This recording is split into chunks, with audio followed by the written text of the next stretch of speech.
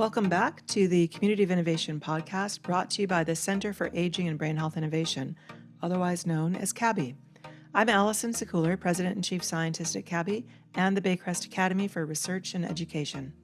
And I'm Rosanne, Aleong, Executive Director of Research, Innovation, and Translation at the Baycrest Academy and the Director of Research, Innovation, and Translation at CABHI.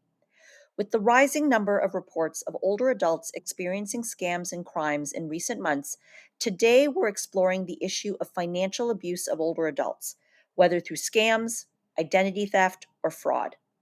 According to a survey done by the Canadian Securities Administrators, nearly 29% of Canadians know an older adult who is a victim of financial elder abuse.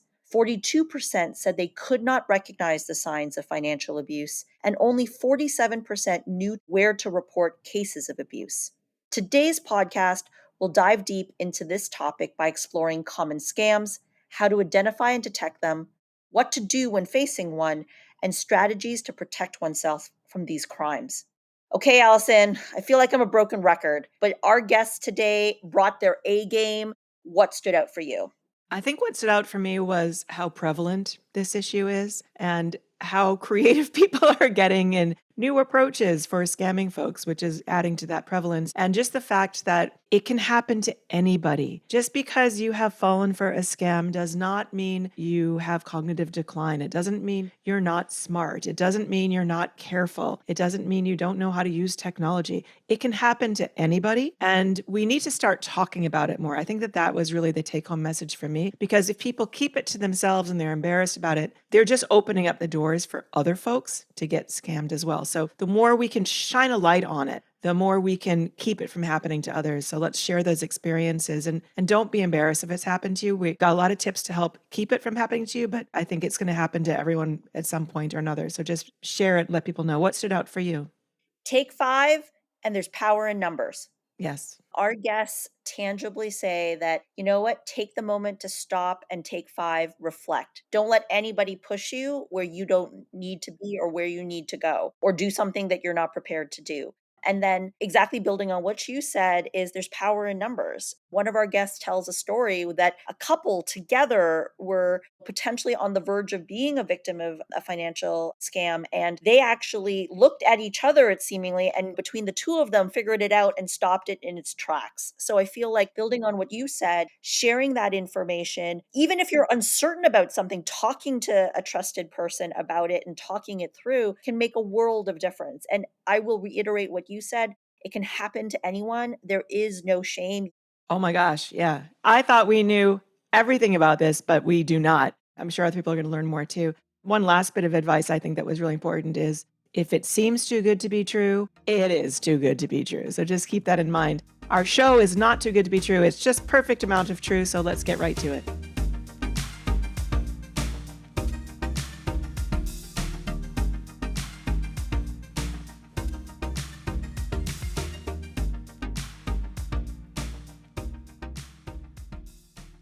Our first guest is Bénédicte Schoepflin, the Executive Director at the Canadian Network for the Prevention of Elder Abuse, which works to empower Canadians against elder abuse and pushes for practice and policy changes to make sure that the rights of older people are respected in Canada.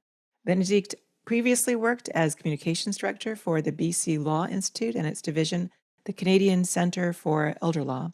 Originally from Avignon, France, Bénédicte now is based out of Vancouver, British Columbia. Bonjour et bienvenue, Bénédicte. Bonjour, Allison. Pleasure to be here. Our second guest is Kelly Heisz, the Executive Director of SeniorsNL. Her work at SeniorsNL has her engaged in areas that impact the lives of older adults and those that support them. Specifically, addressing older adult abuse as a severe societal issue has been a steadfast objective for SeniorsNL through its NL Network for the Prevention of Elder Abuse. In her role, being involved with the Canadian Network for the Prevention of Elder Abuse provides her with expertise from across the country to strengthen her resolve to improve the lives of older adults in her province. Kelly, welcome to the pod. Oh, thank you for having me. And our final guest is Jeff Horncastle, who is the Client and Communications Outreach Officer in the Fraud Prevention and Intake Unit at the Canadian Anti-Fraud Centre, where he coordinates fraud prevention initiatives and messaging. The Canadian Anti-Fraud Centre, in case you don't know, is Canada's central repository for information about fraud and is jointly managed by the Royal Canadian Mounted Police, the Competition Bureau Canada, and the Ontario Provincial Police. Jeff, glad to have you here. Hi, Allison. Happy to be here. Now, it's hard to believe that from recent surveys, only about a third of Canadians know of a case of financial elder abuse. I mean, because I'm certainly hearing about it more and more. And in fact, several folks that I know quite well in the United States and in Canada recently have been victims themselves. And it seems like the numbers are just growing and potentially are underreported since folks might be embarrassed when they fall for a scam and so on. But we think it's really important for people to know that falling for a scam isn't a reflection on them.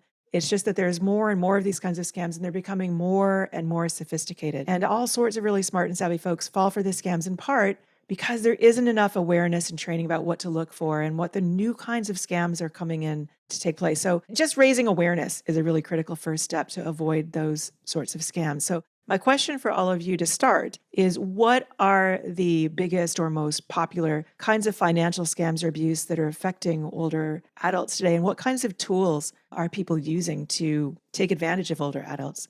Bénédicte, maybe we can start with you. Sure, yeah. Well, financial abuse really it's a multifaceted issue. When you're speaking of abuse, you can be talking about financial abuse that's committed by partners, family members, friends, and that's looking more like either coercion or forcing and intimidating somebody into giving away their money or possessions. And it can be like something like misusing a power of attorney. That's a big chunk of financial abuse. But then we also looking more at frauds and scams that are usually perpetrated by strangers through various communication devices, and that will get people at unexpected times on their day and target them in different creative ways. So in terms of scams, there are many, and I think Jeff will probably be able to give even more details. But I would say the two that we hear the most these days are the grandparent scam, which is also known as bail scam. So somebody impersonates calls and feeds you just enough information that you think it might be your grandson or granddaughter, pretends to be in trouble and asks you for help, financial or monetary or gift card help. And then the romance scams, where somebody pretends to be infatuated with you and then over very often a long period of time extorts more and more money from you. But I'm sure, Jeff, you have others that you want to talk about. Yeah, sure. So Benedict, great points on, some of the top scams. You could look at it a couple of ways. You could look at it based on dollar loss in 2022. Of course, investment scams are at the top of the list, where seniors in Canada lost nearly 80 million. So going back to the tools that fraudsters are using, what these scams all have in common is they use certain tools to try to trick or to try to put pressure on their victims, right? So there's always that sense of urgency with all the scams that we're seeing. So important to know what these tools are. We have caller ID spoofing, where fraudsters have the ability to make any phone number show up on the person they're calling's call display. There's even email address spoofing, where they can make it look like it's coming from a trusted source, but if you hover your mouse or actually click on reply, you'll see the actual email address come up. Compromised social media accounts. We hear of not only seniors, but people getting messages from somebody they think they know, or a family member or a friend, saying, hey, I saw your name on a list, you're eligible for a grant, fill out this form, which includes a lot of personal information in a lot of cases. So there's many tools. Actually, the tools that we covered this during Fraud Prevention Month, so it's very well covered on our website at the antifraudcenter.ca. And Kelly, anything you want to add? I think Benedict and Jeff certainly covered a lot of it. I think a lot of it is the sense of urgency. They utilize people's fear of you're going to be arrested, and they catch them off guard. And they don't give anybody a chance to even think about it. So that's why some people might say, I'm a smart person and I got scammed, because they catch you in a moment, as Benedict says, where you get caught up in it. And of course, there's some wonderful resources. Of course, the Anti-Fraud Center's got tons. But I think on our end, another popular scam is CRA, Canada Revenue Agency. We almost predict, you can easily predict, come January, those calls are going to start coming because it's almost tax time, people are getting their T4s. So unless you're totally savvy and aware of what you may or may not owe CRA, it catches you off guard. So some of them are a bit cyclical, but I think they're getting mighty innovative and creative in the different ways. And I think, Jeff, you're right. I mean, emails now, even us I get an email from me, but you can see that it's not my email address. But if you're not shown these tools and ways to kind of check and double check and triple check, you're going to click it and you go down a rabbit hole. Yeah, and the thing that's interesting is, I mean, technology obviously makes our lives easier in many, many ways, but it also opens up so many more avenues for bad actors to take advantage of older adults and younger adults as well. And I'm thinking when you mentioned CRA, for example, it's not just phone calls, it's not even just email, it's also now your text. I get a text a day from the CRA saying, oh, don't forget to click here to get your refund. We'll automatically deposit it for you, or Interact transfers. Basically, if you're not expecting it, it's probably fake. All of these different options, all of these different avenues, all of these different channels. It sounds like these perpetrators are getting quite creative, but I wanted to give our audience a sense of, are there common signs or red flags that they should keep an eye out for, regardless of, I mean, I guess some might be tailored for the channel, but are there red flags that they should keep an eye out for? Kelly, why don't I come back to you and maybe you can start us off? Well, I think all of a sudden you're getting a call out of the blue from someone that you either may not know or from a family member that you may not hear from on a regular basis, or it just seems a bit off. Use your spidey sense sometimes and still back away. When someone asks you to pay for something with gift cards, like who's asking for that? Or I do want to go back to the financial abuse from family and friends. I mean, intimidation to give money, like don't give out your credit card. So you say, oh, I'll take your check and I'll cash it for you and buy your groceries. Or just give me your debit card and I'll pay your bills. I mean, you're opening a door for someone to just take and you not be aware if you don't keep on top of what it is, what's in your bank account. And these people can sometimes just keep you away from it. Oh, you don't need to go to the bank. Oh, you don't need to go to the bank. That's a flag. Oh, you don't need to go there. I'll do that for you. Jeff, other red flags that you would highlight for our audience?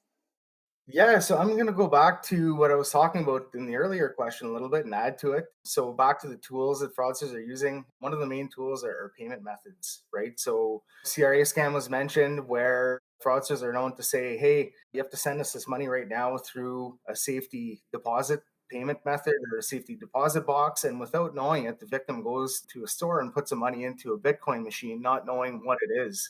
So it's just important for us as Canadians to sit down and, if we feel that we're educated, try to educate our loved ones and our family members. Benedict, other red flags we should keep an eye out for? I definitely want to reiterate that the concept of the urgency, right? Because whether it is they're telling you that somebody is maybe life-threatening condition, or that you're going to go to jail if you don't do X by like immediately, or that it is, there's a sweepstakes or something to win, but you have to respond before the end of the day. The concept remains always do it now, do not think. And when somebody is trying to push you down that path and trying to force you not to think, that's your first red flag that something is massively wrong. It's also worth saying out loud for everyone to hear, whether it is CRA or any other form of government agency, they will never threaten you. In real life, you might get some unpleasant letters that are reminding you of things you forgot to pay, but they will never tell you that they're going to come and get you and bring you to jail, or that if you don't do X, you're going to pay this way and that way, because that's not how the government operates. But we have a built-in reflex when we see something from a CRA that tells us we did something wrong. We panic and we want to throw everything at it to make it go away and to make sure we're on the right side of the law. So it's good to remember that the CRA and all the other government services will not threaten you. That's another red flag. And then if we're talking romance scams, this is usually somebody that you're never going to meet face to face. And even while interacting online, you may not see their face. You may see a profile picture, but even if you attempt to do a sort of like a FaceTime session or something like this, they either will have a reason why they can't do it, or if they do it, it will be so backlit you can't see their faces. Now, there's always an excuse. They broke their phones, they're in an airport, you name it, every excuse under the sun, but you will never actually see the face of that person and definitely never meet them in person. That is also a red flag. And if you look from the other side of the fence, if you are someone and somebody around you is a victim of a scam potentially, that's a sign to look for. If maybe they've mentioned that they've met somebody online, but you have never seen a photo of that person, you have never met that person. And anytime there's like a plan to meet, somehow the plan falls through and they never make it, That should be the first little alarm bell in the back of your mind that maybe that person isn't real. Same thing if you see somebody, like Kelly said, buying a lot of gift cards or maybe doing a lot of wire transfers and depleting their account for reasons unexplained. It's worth having a conversation about that. Just as a follow-up, you mentioned like the sweetheart scam or the romance scam. Are they using like common like dating apps or those types of platforms to essentially hunt for their victims? Because I'm just mindful, like I have a lot of people in my life who are doing online dating or things like that, and it's across the lifespan. So I'd be really curious if those are platforms also and channels that they use to hunt for potential victims. Absolutely. So they even go look for victims on these online games. We get reports of victims of romance scams meeting or getting communication from a suspect through like an online game that they were playing. So unfortunately, they try to utilize or go through any avenue that they possibly can. Like those gaming forums, like where there's like people logging in from all over the world to like actually play games together. Like massive platforms like World of Warcraft, if you're in a guild, it could be, they may not all be real. Be careful how much information you put on these platforms like Facebook. Everybody, oh my God, when they were born and where they live and even to the street, and then they and talk about their life. So, I mean, people can get those bits and bytes out of that and use that as a tool to get you, reel you in. So, I mean, you don't need to put everything there. That's one thing. I mean, another scam, which I adhere to as well, is Facebook Marketplace, where people are selling things that they don't have in places where they don't live. So you have to do your homework on that as well, saying, oh, look, they got a washer for $150. Look, brand new. It's at this place. We heard of one person who actually drove by and knocked on the door, and the guy said, yeah, can I help you? He said, you got a washer for sale? No. And they were after paying the $150. So Wow. you have to be, well, sometimes if it's too good to be true, it's too good to be true. And people are scammers everywhere. So you know what? You almost just want to say everybody's a scammer. Okay. So you have to prove that you're not. We are in an era, I think I was reading a few articles in New Yorker about the con artist era and the scam artist era. Like we are really smack dab into it. Every aspect of our cultural, even pop cultural life seems to be kind of going down the fascination with scam artists. But in real life, when it comes to how often you get hit a day, if I were to count every week how many texts and emails I get that are absolute just made up, it's pretty impressive. And the approaches change, and you can basically just block and delete every single time, but even that is not enough. Yeah, exactly. And I mean, they'll just throw the net wide and they know they're going to grab a bunch of people. It's just the nature of what they do. Then they'll change and shift. So, I mean, awareness, I think, is the biggest thing. I have a chat when we present on frauds and scams here. We say, now, when we're finished, and speak to someone, share what you learn and tell them to share that with someone else and keep going. I think the biggest thing is people are ashamed of saying, and I think we talked about it, ashamed of saying that they just got scammed and they just gave away $1,000, $20,000. It's been in the news. So the news is becoming a bit more, let's report it. And people are happy, not happy, but they want to report it because they figure this is the great medium to let people know that my mother just got scammed out of $20,000.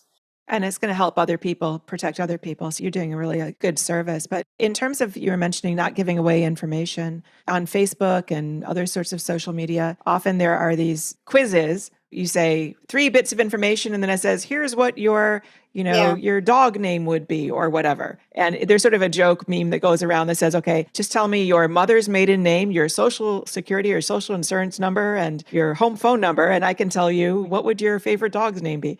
They're not usually that blatant, but people should probably be avoiding giving even things that look innocuous. Is that your advice as well? Yes. I am that person on Facebook who constantly chides my friend my friend saying, "Don't do this." Because, it is fun, right? Who cares? Like, you wanna know what kind of potato you would be. Well, sure, you're bored one day, you wanna do it, but the questions are very pointed, right? It's, "What was the name of your first dog? What's your favorite band? Where were you born?" And these are the types of security questions you have to answer when you create certain accounts online. And so ideally, you don't volunteer this information because once it's out there, you don't know where it ends up. And it's just one more tidbit of information about you that ends up collected and reused in other places. It seems innocent to say, what kind of potato would I be? But maybe they have more nefarious aims in mind.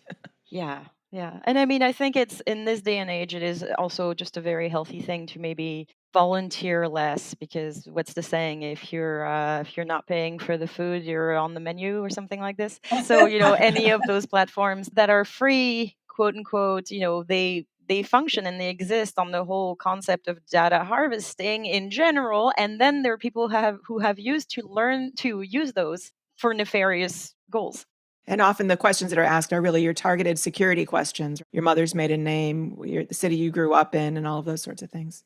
I know of also when you do have seniors who are new to technology and they have their computer, and then all of a sudden this thing pops up. You need to contact us. There's something wrong with your computer. Next thing you know, what they're asking for $1,000 in Google Play, or you need to get this money and transfer it to. So again, playing on maybe some vulnerabilities in that respect. But they are throwing the net wide. So it's probably 1 million people that get this thing, and they'll reel in people, but people who are not as tech savvy, and not to say that all seniors are not tech savvy, they are, but there are people who may have only just started and will get may get hooked as a result of that, saying, oh, the only way I'm going to get my computer fixed now is if I do what they ask. Okay, yeah. And Jeff, I mean, just following on that, is an increasing number of abuse or scams that are targeting older adults, or is it just that there are more scams and the older adults happen to fall into the categories of people who are more likely to fall for those? It's really difficult to say, but with that being said, there are certain scams that target mostly or only seniors, like the grandparent scam. And to go back on, being careful with the information you share, in some cases, the fraudsters will actually go and collect the information of grandchild or the loved one before calling, and they'll actually have the loved one's name when they call. So for example, on Facebook, where you can list your family members, or my grandfather is so and so, we advise not to do that because that information can be used. But if you decide to do, then just be aware that information can be used as a tool to try to scam you. Kelly and Benedict, why do you think that there is an increasing number of scams that are really targeting these older adults, and who are these perpetrators? Obviously, if it's in the ones where it's people manipulating you and your loved ones to take your money, that's obviously who those are. But who are these people who are pretending to be your grandchildren and saying they need money, or the tax people? I mean, it is big business, right? It is an established, well organized network or several networks that are basically criminal entities, right? And that is just one more branch of their activities. And I feel like it's a bit of why is it increasing, or is it only increasing with older adults, is a bit hard to say, other than, well, it's a numbers game. The more you hit, the more likely you are to bring in, reel in. They blanket every country, right? It's not specific to Canada or to America. They are usually international, because that makes things a lot harder when it comes to tracking them and bringing them to justice and tracing the money. One thing I wanted to say, though, is actually two things regarding the age of the victims. I read recently I think it was a US report, and I wish I remembered exactly which one it is. I could find the information for you if you want, but that Gen Z is actually starting to top the list in losses, because so it's not just a matter of age, right? And it's not about of technical competency or digital literacy. God knows they were born with a phone in their hands, but it's because they put everything online. They share all of the information. Yep. No shaming everyone, no dissing anyone. This is not a generational fight, but it's truly this is a generation that since the get-go, even before they were able to use a computer, their faces were put online by their parents.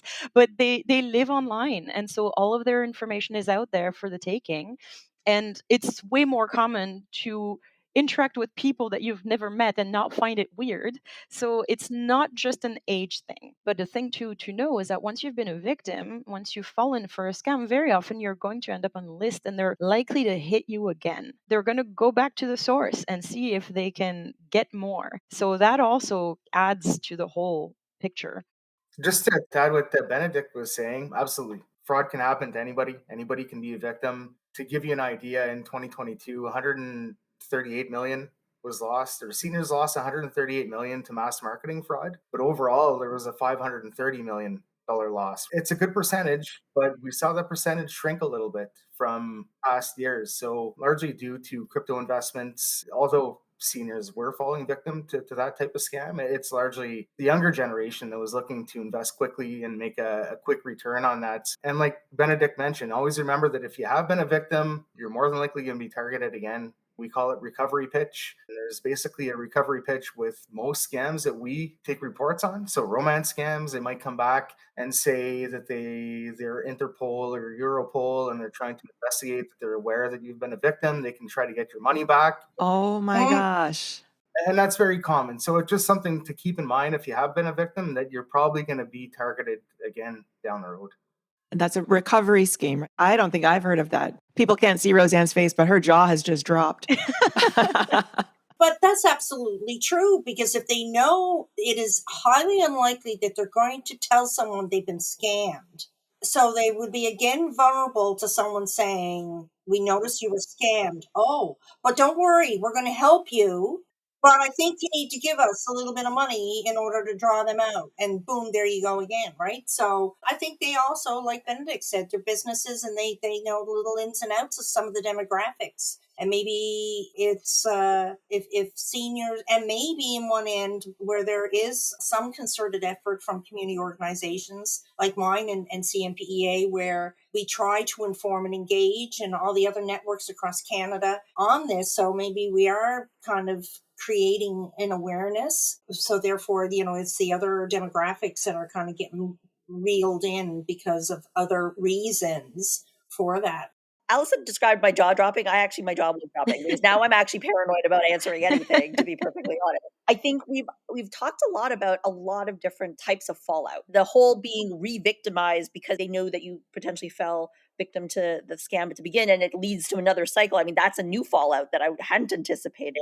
And we've talked a lot about it can happen to everyone, so people shouldn't feel shame or embarrassment. But I want this group to kind of talk a little bit about all the different types of fallout that happens from the financial elder abuse that we've talked about. I mean, Benedict, can we start with you? What are the downstream and I guess cascading and cyclical effects that come from this?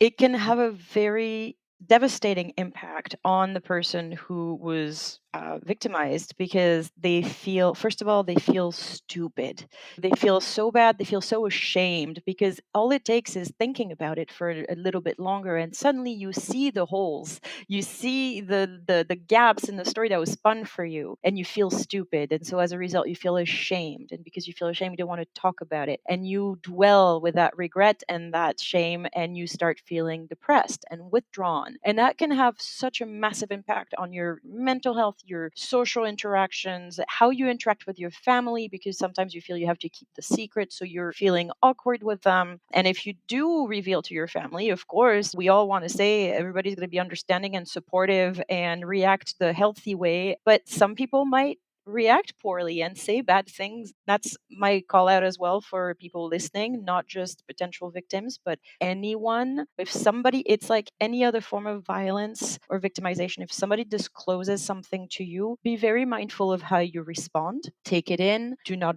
react too strongly. Thank them for sharing and offer support. Believe in support before anything else. Don't ask, how could you fall for this? Oh, I know we shouldn't have done something about your phone forever ago. Do not re-victimize that person by blaming them. They didn't do anything. Their only crime was to be trusting. It's really shouldn't be something to be blamed for.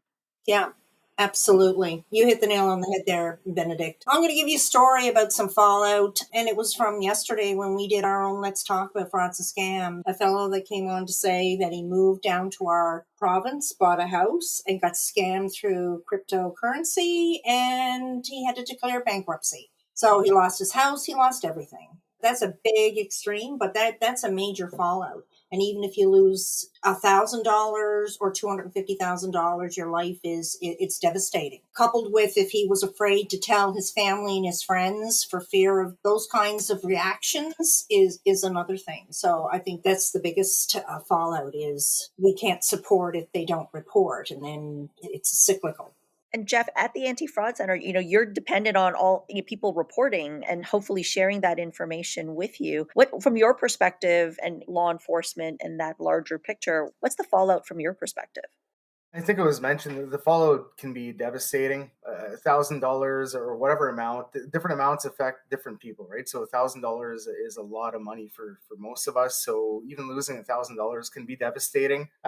With that being said, it's so important to report to the Canadian Anti-Fraud Centre, to law enforcement if you have been a victim, because you can prevent yourself from being a victim again. There's education provided. It may stop you from losing more money if you have lost a bit. And of course, it's important for law enforcement and the Canadian Anti-Fraud Centre to be able to share the information with the public. You never know. The information you're sharing could be the missing piece to the puzzle. Yeah, and just listening to the conversation, Rosanne said herself, she's afraid to talk to anyone now or answer any emails or respond to anyone. So when someone has experiences, or even just having listened to this discussion here, what should people be doing if they've experienced this kind of financial abuse? Is it just say off all technology, don't use your phone, don't use your email? I mean, obviously that's not really going to be the right approach. And we don't want people to start distrusting every single person they come into contact with. Most people are good. I fundamentally believe that. And a few bad actors are causing us this pain. So when people have experienced this kind of financial abuse, what should they be doing? I mean, report it first. And then what else should they be doing?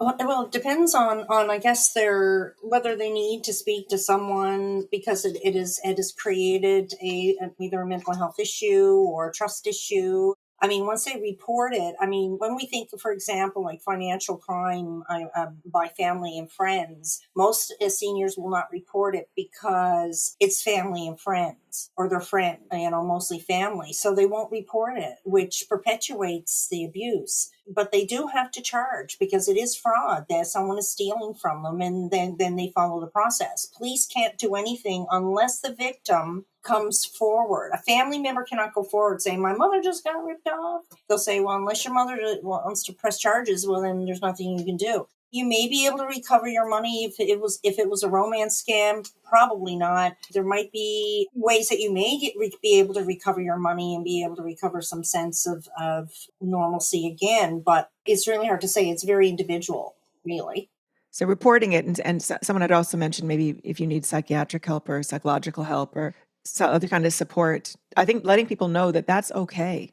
I was going to say, from a very technical point of view, one thing I would always advise if is you're right. You can't stay off your phone entirely. You can't stop using technology in any way, but for sure, try to make sure your technology is ironclad, right? So change all your passwords. Make sure that you pick things that are not too easy to guess. Maybe get a password manager. And I know those things sound complicated for someone who maybe is not well versed and or doesn't want to get too in the weeds of technology, but then, find somebody you trust who can help you with it so that you have a good handle on what's out there, how secure it is. Do not add strangers on social media is another advice. Do a bit of an audit of, okay, what's out there? Where could I be vulnerable? And try to fix that. And it might be a bit overwhelming, but it's well worth the effort.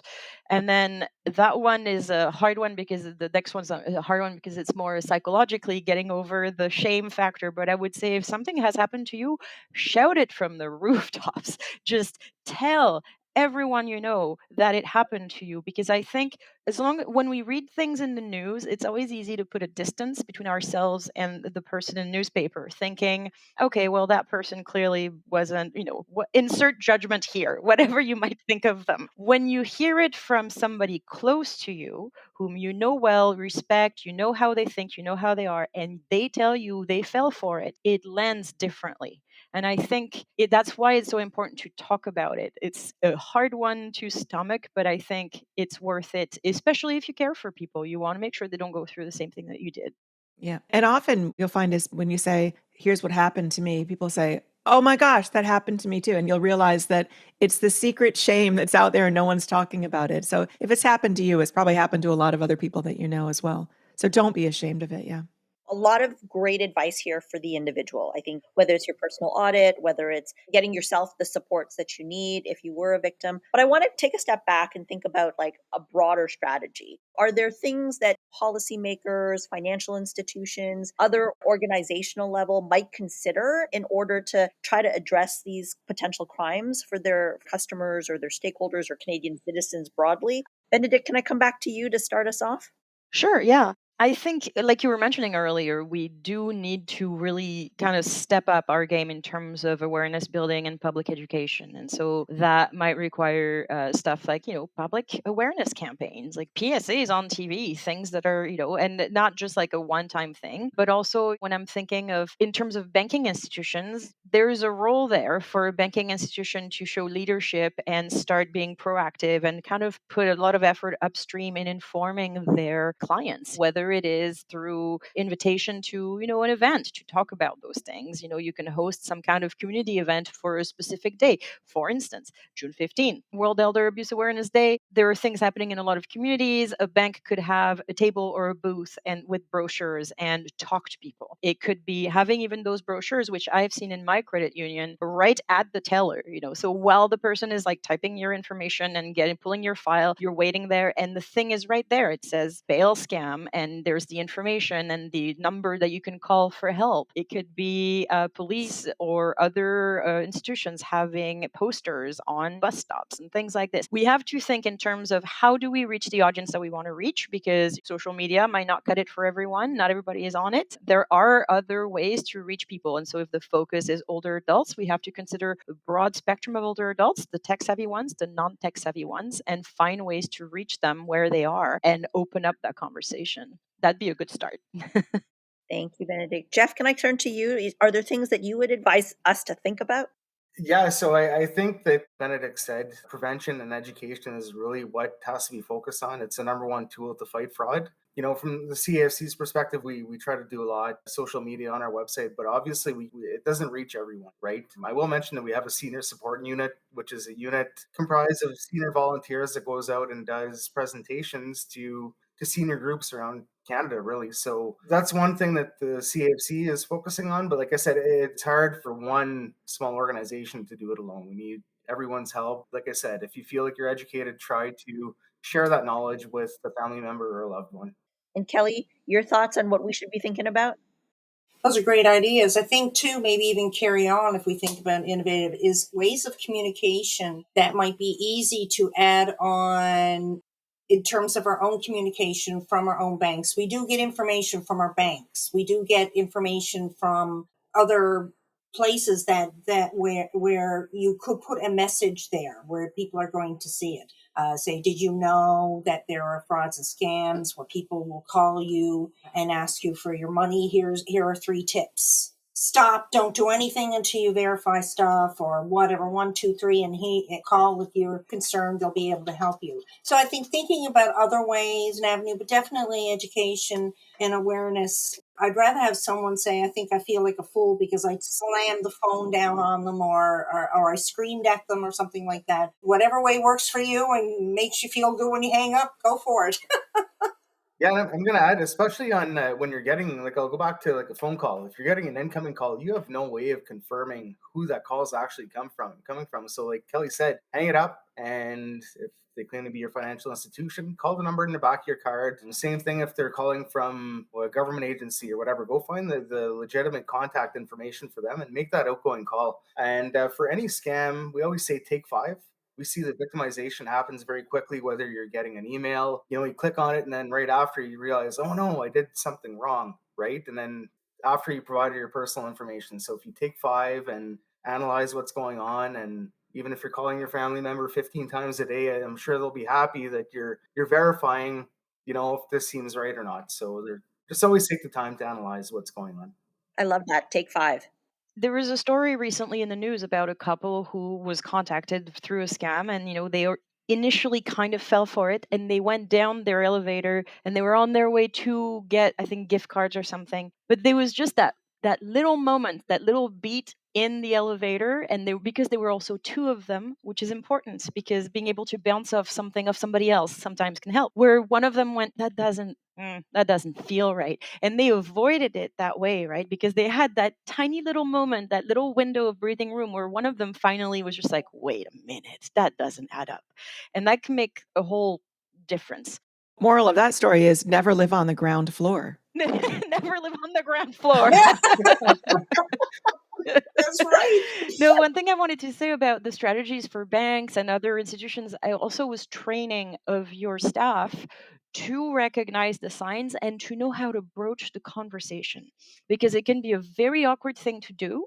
When somebody comes to you and says, I would like to withdraw this much or wire that much, to ask the right kinds of questions that are pointed to help you sort of diagnose whether what you're thinking is confirmed, and then to also suggest that maybe, just maybe, they don't want to do this because it sounds like it's a scam. Because for some people it might be very insulting to think, well, what kind of ageist crap is this? Yeah, I will do what I want with my money. Who are you to tell me? Like, I could see somebody being very, especially if they feel in a rush because they're worried about, say, their grandson, air quotes, that if somebody in front of them at the teller thing is trying to stall them, they might not take it very well. And so learning how to recognize the red flags and broach the conversation in the right way, it's a skill. And I think that's the kind of training that would be crucial to have. Years ago, I think it was almost 10 years ago, I think it was the Credit Union Association of Manitoba had created a training to recognize financial abuse for all their staff. And it was evaluated and quite successful. And I feel like something like this, but extended also to frauds and scams, and for anyone working in financial institutions or even people who sell gift cards at the grocery store, at the convenience store, having that presence of mind to recognize those signs and try to prevent someone from falling for it by having a conversation with them it would make an enormous difference, I think. You're heading into the space of where we have people from all walks of life listening to this, including innovators. So you're giving some good ideas for innovators. They could create educational tools, not just for people who might fall victim to it, but for the people who could help to prevent it. Are there other ideas people have for what innovators might be working on for solutions to help keep older adults safe? Just to add to Benedict's, I know there's grocery stores that have signs where their gift cards are. The signage should be a little bit bigger, but they also do some training for their cashiers and they let them know of the latest scams. So they'll say, if you see someone or whoever it is buying like $1,000, $2,000 worth of Google Play or Apple cards, they will ask, are they for personal interest? And I guess, my experience was there was a young man in front of me, and he had his phone up to his head, and I noticed they were ringing in $500, and the supervisor had to come or whatever. And I said, are these for your personal use? I just butt in. And he goes, yes. And I said, that's $1,000. I think that's a scam. And I said, is someone talking to you over the phone telling you that you have to buy these? And his eyes just wide open. See, sometimes you don't need to say anything. You can see it. And I said, I would hang up and not buy them because they're trying to take $1,000 from you. Because what they'll do is they'll ask for those numbers on the back of that card, and then boom, gone, and you can't get it back. So I know I guess because for such a large amount, I know that the grocery stores the supervisors have to approve that. So the cashier just doesn't willy-nilly ring in $1,000 and then you go pay for it. So there are a couple of checks and balances in that. So I think, and again, we were talking about with the banks, people are creatures of habit. If there was some kind of tracking system in terms of people's spending patterns, and then all of a sudden somebody's trying to take out $5,000 or $2,000, and all of a sudden it gets flagged. And not that it would freeze it, but it's something that can certainly try to catch something before it happens, right? Yeah, so the artificial intelligence systems are getting better and better at. Yes, exactly, right? For good, yeah. AI seems to be, for innovators that are trying to think how to prevent. This is where the whole thing is going to take place in the next few years. It's really, and that's way beyond my expertise or my knowledge, but I'd say people who are criminals are going to get real smart about using AI in creative ways. And we need to have the right minds on the other side countering them tit for tat and kind of trying to think ahead in terms of what they can do with AI to try to prevent or recognize when something is off. But how that manifests, I'm not sure yet. I don't even want to think about the fact that some AI person that looks like me phones my son. Well, we've seen that. It looks crazy. Well, and that's the thing with generative AI, we're going to see more and more convincing. It's not just going to be a phone call or a link. It'll actually look like Kelly making a FaceTime call to someone. So we'll have to be even more aware. Jeff, if you had a recommendation for innovators, what would you suggest? What is it that we need to be able to address this? I would probably suggest innovators to try to, we talked about it earlier on the tools the fraudsters are using, whether it's spoofing, search engine optimization, which refers to, it's actually used in a bunch of different scams, but basically the victim will go online and do a search if they're having trouble with their printer. They'll look up a phone number for customer support, and chances are the first 5 to 10 that show up are going to be fraudulent phone numbers, and they may fall into a tech support scam without getting, the normal pop-up or phone call. So that's search engine optimization. So trying to focus on these different tricks that fraudsters are using and how to counteract those tools, I think would be the best method for innovators. So we always end our episodes by trying to give our audience tangible strategies, resources, final words of advice to walk away with. So I'm going to do lightning roundtable with our guests and try to ask you to provide us a resource to our audience to check out. And if they remember one thing from today's episode, what should they remember? Kelly, I'm starting with you. Oh my gosh, I'm on the hot seat. Stop. Take a step back. Take 5. I think you mentioned that, Jeff. You take 5 and really think before you make any decisions, because it will be in the back of your mind. There's something not right, but because they push you, that's what gives them the advantage. So now you take that back. You take back your power and take back 5. Amazing. Thank you. Jeff, over to you.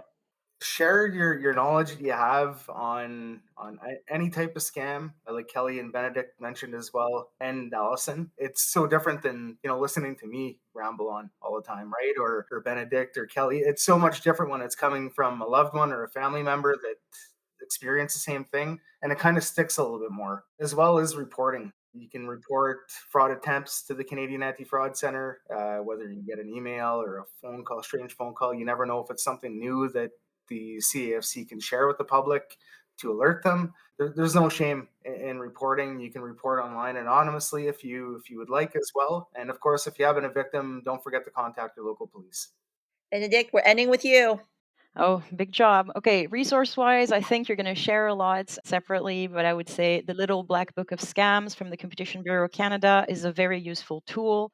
If you want information in your province or territory, cnpa.ca, we have a find help page where the information is organized by province and territory to help you find the services you need. In terms of advice, I think you said it earlier, Allison, you want to believe that most people are good. So do I. So then it's time for all these good people to actually step up, right? We can't just let things slide. So we can all help in our own individual ways or collective ways. So I think that's something to keep in mind. It doesn't happen just to other people, and it takes all of us to stop it. And for other people, I would say learn to say no. It is a full sentence and it is an act of self-preservation. That's terrific. And such great advice to end the podcast on. So merci. Thank you, Bénédicte, Kelly, and Jeff for joining us on the podcast. It's just been a really great pleasure having you all here. To learn more about the Canadian Network for the Prevention of Elder Abuse, please visit www.cnpea.ca. To learn more about the Canadian Anti-Fraud Centre, please visit www.antifraudcentre/centreantifraude.ca. To learn more about the SeniorsNL, please visit www.seniorsnl.ca, and you can find all of these links in our podcast show notes and more. So merci beaucoup. Thank you so much for joining us, all of you. Great panelists. Thank you. This was great. Thank you for having us. Thanks for having us. Happy to be here. And we also want to thank our podcast production team, including Monique Chang, Nicole Packham-Perrell, Lisa Hartford, and our friends over at Podtex. To learn more about CABHI, please visit us at cabhi.com. That's CABHI.com.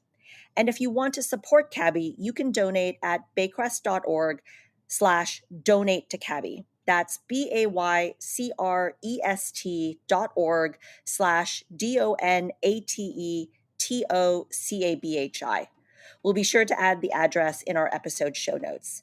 We'd also love your support of our podcast, so please hit that like and subscribe button on YouTube, SoundCloud, Spotify, Apple Podcasts, or wherever you get your pods.